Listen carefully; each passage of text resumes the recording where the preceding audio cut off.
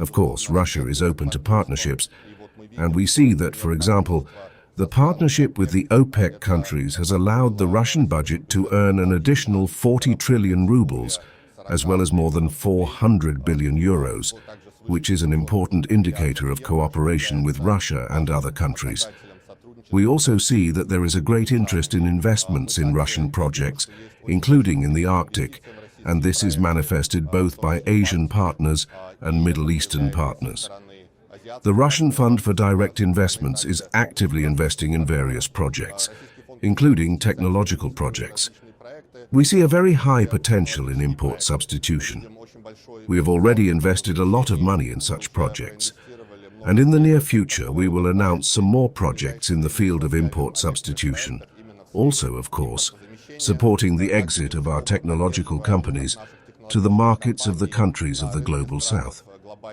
We see that our companies are in great demand, including in the energy sector. Accordingly, we are actively cooperating with partners around the world, and we see that those countries that have abandoned Russian energy providers, these are mainly European countries of course, are experiencing great economic difficulties precisely because of the refusal of Russian energy providers. We estimated these losses to be more than €1 trillion. They continue to increase. And we see that the economy of Russia, we estimated these losses to be more than €1 trillion. These losses continue to increase. And we see that the slow growth that Europe is showing, and in principle, those economic problems that are occurring in Europe, they are precisely due to the fact that Europe is ideologically reducing the supply of Russian gas, although, by the way, the supply of LPG is growing, and these ideological mistakes lead to the fact that the economy of Europe is in a rather deplorable state. As for cooperation with the United States in the Arctic, well, first of all, we see very significant attempts to disrupt any dialogue. And today, Alexander Vasilyevich Bortnikov spoke and talked about the attempts that Britain is making in order to damage and disrupt the dialogue with the United States.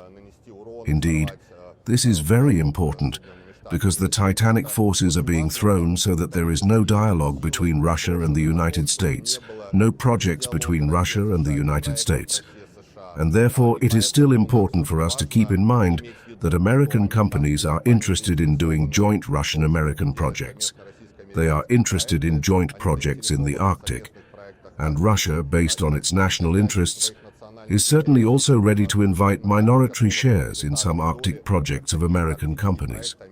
But it is important that there are just titanic attempts not to let this cooperation develop, but we believe that over time it will develop in a positive way, despite those aggressive attempts not to allow it.